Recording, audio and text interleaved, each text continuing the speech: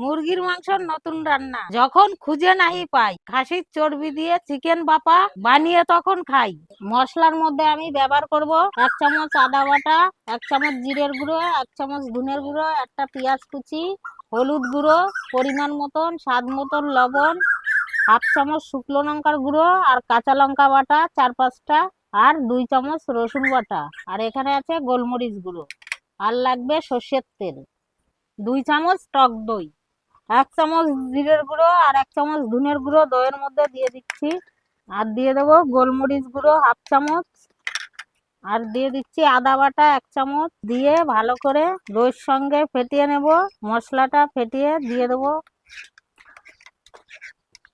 হয়ে গেছে, এই যে দিয়ে দিচ্ছি রসুন বাটা, দিয়ে দিচ্ছি 2 চামচ, 1/2 চামচ শুকনো লঙ্কার গুঁড়ো আর 5-6টা কাঁচা লঙ্কা দিয়ে দিচ্ছি বাটা, হলুদ গুঁড়ো দিয়ে দিচ্ছি আর স্বাদ মতন লবণ, পেঁয়াজ কুচি দিয়ে দিচ্ছি একটা, দিয়ে এবার সর্ষের তেল দিয়ে মেখে নেব।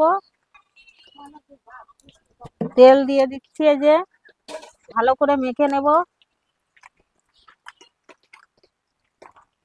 কড়াইতে লবণ বসিয়ে দিয়েছি, ততক্ষণ লবণটা গরম হতে থাকুক। এই যে মাংস দিয়ে দিচ্ছি টিফিন কারিতে, ঢাকনা দিয়ে দিচ্ছি, এই যে বসিয়ে দিচ্ছি 30 মিনিট মতন ঢাকনা দিয়ে দিলাম। 30 মিনিট হয়ে গেছে, ঢাকনা খুলে এবার নিয়ে দেবো। দেখো ফুটছে, হয়ে গেছে সুন্দর, দেখুন গন্ধ বেরিয়ে গেছে। খাসির চর্বির চিকেন বাপা দেখুন কত সুন্দর হয়ে গেছে। যে নামিয়ে দিচ্ছি খাসির চর্বি আর মুরগির মাংস দুটো দিয়ে চিকেন ভাপা। গন্ধটা এত সুন্দর বেরোচ্ছে,